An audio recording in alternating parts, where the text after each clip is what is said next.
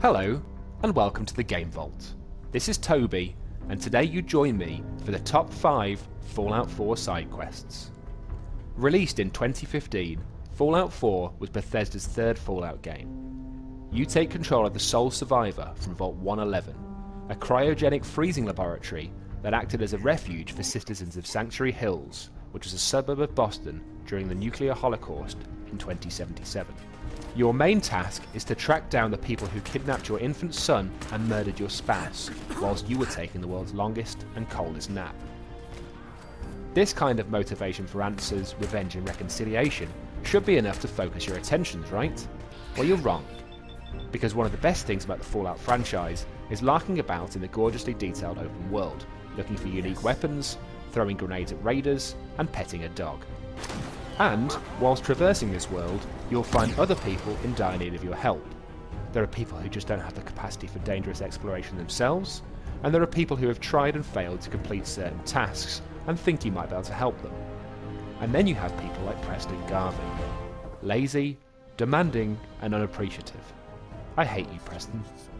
Anyway, without further ado, here are the top 5 Fallout 4 side quests, according to the Game Vault. Number 5. The last voyage of the USS Constitution.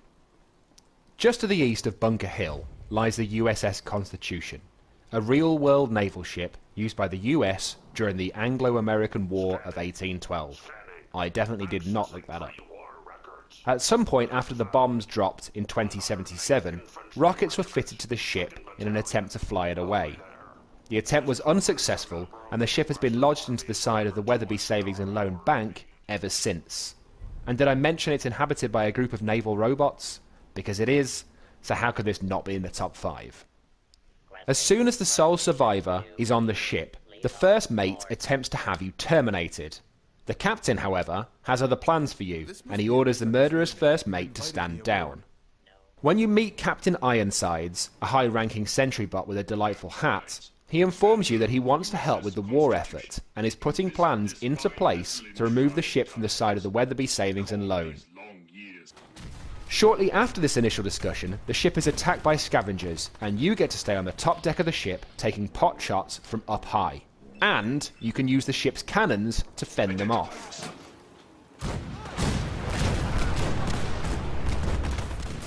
There are a few grueling parts to the mission. You have to find or repair some power cables, then do the same with a power relay coil. You're then informed that the guidance chip has been stolen by the same scavs who attacked you 5 minutes previously, and now it's time to get it back. You can either side with the scavengers and help them attack the robots, but why would you want to do that? Or you can steal the chip back and return it to Mr. Navigator. The next fetch quests have you looking for a radar transmitter and some turbo pump bearings. Yep, me neither. But after this, you're allowed to return to the fun part of the mission. With Ironsides finally satisfied that the ship is ready for takeoff, you get attacked by yet more scavengers. But a successful victory here, and he rewards you with the unique weapon, the Broadsider, which is a portable naval cannon. Yep, a portable naval cannon. Here it is in action.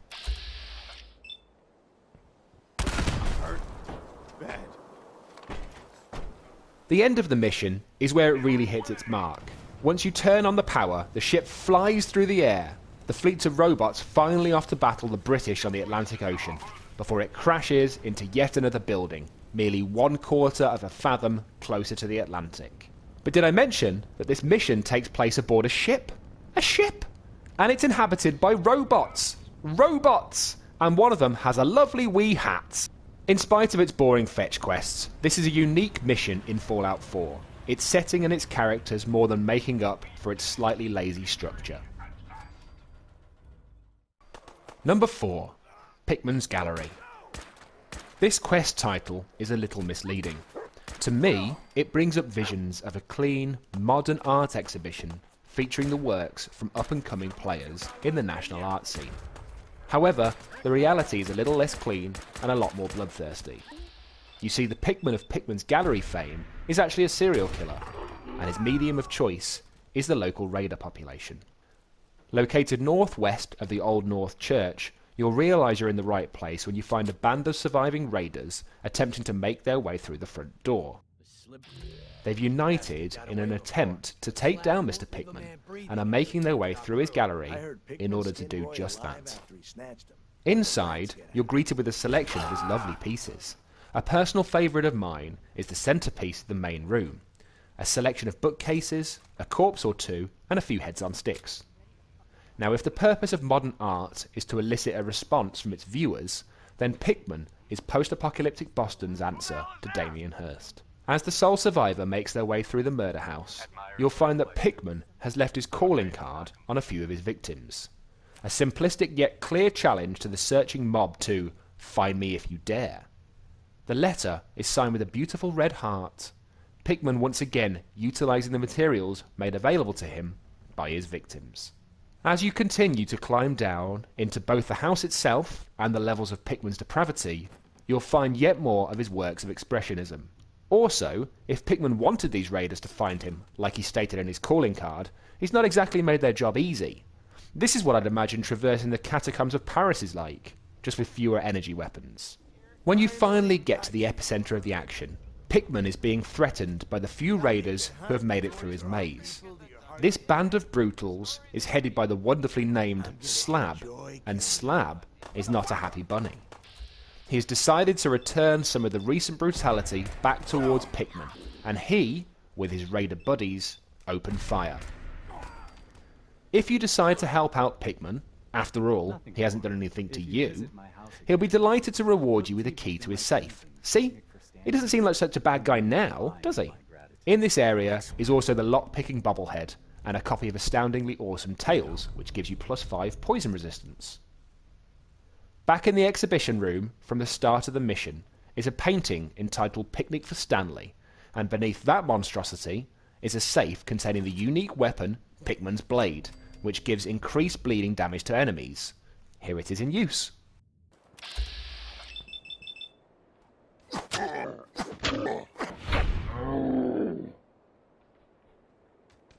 More poignantly, however, there is a thank you note, especially for the sole survivor. The message of which is a stark reminder that the actions of Pickman and the sole survivor aren't so different after all, as you, like he, probably have quite a hefty body count of your own by this stage. Here there be monsters. Just behind the Shamrock Tap House are some docks. There's a lone child standing there, spouting some rubbish about having seen a sea monster. Get out of here, Donny Kowalski! You're just a poor version of Shen Kowalski. I saw its big eye poke up out of the water and look around. Hey, do you think it's dangerous? It hasn't attacked anyone yet, but maybe it's just waiting. Obviously this child has an overly active imagination. But then, out of the corner of your eye, the sole survivor spots what looks like a big antenna popping out of the water. Right, time for a swim. As you approach, you notice that this is no Kraken. This is a submarine, and a rusty one at that. It's called the Yancy. On board is a ghoul sea captain with a Chinese accent. Turns out he's actually a Chinese sea captain, and he's been here since just before the bombs dropped. Which is a little suspicious. When the sole survivor informs Captain Zhao that the bombs fell over 200 years ago, Zhao decides that his mission is probably now finished and asks for help from our protagonist. You have to get a dampening coil from the Saugus Ironworks, the home of the Forged Raiders, the toughest raiders in the base game. Traversing the inside of the ironworks is immensely enjoyable. The factory provides you with lots of cover with which to take down the enemies inside. Once you reach the location of the dampening coil, which sounds weird, the forged leader Slag stands over a blast furnace, kicking some poor villager into the lava below. There's no real way you can not fight these guys, and they're a serious challenge. However, when you do manage to put the forge members down, you're not only rewarded with a lovely dampening coil, but also the explosives bobblehead. Hurrah! Back on the Yancy, Zhao tells you of his crippling guilt over being responsible for the nuclear devastation some 200 years ago. Spoilers, it was Zhao who fired the missiles that destroyed Boston. I launched all of Yangtze's high-yield nuclear missiles, as ordered, for 200 years. I have lived with that guilt. He asks you to find one of the remaining nuclear warheads and sends you into the bowels of the submarine. Oh, and by the way, a bunch of the other crew members survived and they're feral now, so good luck. Once you've grabbed the nuclear material, you insert that, along with the dampening coil, into some crevice. You've got to do it in the correct order or you'll blow the submarine up. You then have one final chat with the pre-war ghoul. He thanks you for a job well done and rewards you with a homing beacon. Whenever you're in trouble, press this button and Zhao will fire off a few small nukes to help you out. What a trooper.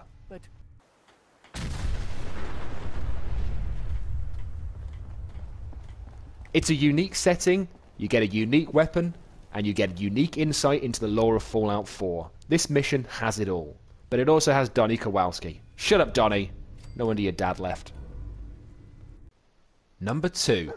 Human Error. Covenant. It seems like such a nice town, but it harbours a dark secret. And it's up to you, the sole survivor, to find out what it is. Also, you're aided in your mission by a nice chap called Honest Dan. Covenant is pretty much smack bang in the centre of the world map. The town is locked down to new arrivals until they can pass the safe test, a test to keep out undesirables or synths. Anyone who played Fallout 3 will be familiar with this test, as it made up the GOAT exam taken by the Lone Wanderer. Oh, Mr. Abernathy, when will you learn? Once you ace the test, you little genius, you'll get to step inside Covenant and discover just how nice the people here are. A little too nice. You're in luck then. Covenant is the friendliest place in the whole Commonwealth. You'll see. You're approached by Honest Dan, who, under the employ of Old Man Stockton, is searching for the survivors of a massacred caravan found just down the road from here. He knows for a fact that the caravan passed through Covenant, but the citizens are denying all knowledge. The sole survivor, turned detective, can go out to the remains of Stockton's caravan and look for clues. A can of Deezer's lemonade is found on the scene. Wait, that robot from Covenant's called Deezer. The caravan did pass through. Also, I'd like to point out that at this point in the game, Honest Dan had already discovered the sacked caravan, yet he just left the bodies of the victims here to rot. Honest Dan? More like disrespectful Dan. Utilising either speech or charisma checks, stealing a key and rooting around the houses, or hacking the terminal in the main building, you'll find out about a secret compound not far from Covenant, and a mention of the Stockton Retrieval Team. When you leave to find this compound, Jacob will confront you and try to convince you to turn a blind eye with an offer of 100 caps. Huh, it takes more than that to bribe this guy. Once inside the compound, you can either pass a speech check or take down a whole bunch of guards in order to end up at the door of Dr. Rosalind Chambers, the person in charge. She'll immediately tell you that Amelia Stockton, the survivor from the caravan, is actually a synth. So much for doctors and confidentiality. And in fact, that is why Covenant attacked their caravan. Chambers then attempts to pull at your heartstrings, telling you a rather sad story about her backstory. This, however, does not explain the holotapes that can be found all through the compound, detailing the cruel practices put into place by the Doctor and her team of scientists. She explains to you that the safe test, the same one you took at the start of the mission, can be adapted to tell who is and isn't a synth, but the only way to test it is to subject people to psychological and physical torture. To improve the safe test, intense psychological pressure must be applied to our test subjects. It is distasteful, but necessary. Sounds like a teacher I once knew. At this stage you have two choices. Side with Dr. Death and take out Dan and the captive Amelia, or you can side with disrespectful Dan and kill the Doctor and the rest of the compound. You're now free to return to Covenant, massacre the whole town, and take it for yourself. So, why is this mission so high on the list? Well, you get to play detective, which is always fun, and it involves a mysterious, creepy town and a nefarious underground bunker. The main reason is the evidence of the psychological torture enacted on the synths in the compound, and how it raises the question, do the ends justify the means? It allows you to take a look at yourself and your actions so far in the game. Yeah, you might not be trying to wipe out a whole race like the good Doctor was, but your unflinching focus on your end goal has left numerous dead in your wake. It's missions like these that really make you look at your character and ask yourself, am I the bad guy? Also, they have a robot that sells lemonade. That guy's awesome. Number 1. The Silver Shroud. Wandering around the wastes, you may be tempted to only listen to Diamond City Radio, but you'd be missing out. Silver Shroud Radio features Fallout 4's answer to Daring Dashwood, a crime fighter with a penchant for justice and a strong disdain for those who run from it. The host of the Silver Shroud Radio is the softly spoken and rather dapper Kent Connolly, a full-grown ghoul who loves the Shroud as much now as he did when he was a teen ghoul. Kent has grown tired of the crime and corruption in Goodneighbor, and he's not going to take it anymore. When the sole survivor visits Kent in his broom cupboard of a room in the memory den, he tells us of his plans to bring the Shroud back, not just to fight the bad guys, but to be a symbol of hope to those out there who are unable to fight for themselves. What if the Silver Shroud was real? With his black trench coat and gleaming silver submachine gun? I got a plan to bring him to life, so he can fight bad guys and give the rest of us a symbol of something better. Kent's already built the gun, and now he needs the costume to go with it. You're heading over to Hubris Comics, just to the west of the combat zone. Inside, be sure to pick up the unique weapon Grognak's axe, and start making your way up to the soundstage where Hubris used to film the Silver Shroud TV show. There are a bunch of ghouls in the building, but they're pretty light work. Once at the recording area, you'll not only find the Shroud costume, hat and original gun, but you'll also find Grognak's costume. This place is a gold mine. Kent is genuinely so delighted when you return that at this stage I can safely say that I would do anything for him. That's a good thing, because he's just asked us to tackle some of Goodneighbor's criminals, and we've got an itchy trigger finger. Kent directs you towards some of the settlement's shadier characters via his radio show, and asks you to dispense your own special brand of justice. Your crimes have gone unpunished for too long. What the hell's wrong with you? Well, nothing a few bullets won't cure. You mess with... I've never been in a secret gangster hideout. After your rampage, Hancock gets involved and warns the sole survivor that they're being targeted by a particularly nasty raider called Sinjin. He suggests that attack is the best form of defense, and so the two of you plan to take down the gang leader. Two of his deputies are after you, however, and they need to be dealt with first. When you return to the memory den to speak to Kent, Irma informs you that only a short time ago, a dozen raiders broke in and took him away. It's Sinjin's doing, and he's going to feel the wrath of the Silver Shroud. The damsel in distress, i.e. Kent Connolly, is being kept at the Milton General Hospital. You make your way through, disposing of raiders, until you enter a vacuous room with Sinjin, his deputy, and two grunts standing over a tied-up and terrified Kent. If you answer all of Sinjin's questions as the Shroud, and why wouldn't you, you manage to convince his minions that you really are the Shroud, and they skulk away, leaving you to deal with Sinjin alone. But if you don't make quick work of him, he'll execute Mr. Connolly in cold blood. When rescued, Kent is understandably distraught, and, even though you try, you can't talk him out of quitting the superhero business. He goes back to Goodneighbor with his tail between his legs. There, Hancock thanks Kent and informs him that Goodneighbor is now safer because of the actions of the Silver Shroud team. The sole survivor chips in that the Shroud was nothing without his right-hand man, and Kent leaves with a smile on his face, promising to come up with a new project for the Shroud very soon. But then I got a special project in mind, just for you. I'll fire up my radio station if I make any progress. This game often allows you to feel like a hero, running around Boston and fighting your own battles. But this mission is where you actually play as a superhero. You can see how your actions not only impact on the lives of individuals, but also of communities too. Kent is a fantastic character, full of wonder and enthusiasm, and any time spent in the company of Hancock is time well spent. And then there's the Shroud voice. Being able to respond to twisted gang leaders and assassins' jibes in an overly dramatic and booming voice is endlessly amusing. This is a humorous and light-hearted mission, and it's a delight from beginning to end. More than worthy of the #1 spot. So, do you agree with our list? Feel free to comment below and let us know what you think. If you enjoyed it, please give the video a like, and why not subscribe to the channel? We have a new list out every Friday, and we've also loads of cool videos in the playlist section ready for you to watch right away. I've been Toby, and you've been watching the Game Vault. Thanks very much, and we'll see you soon.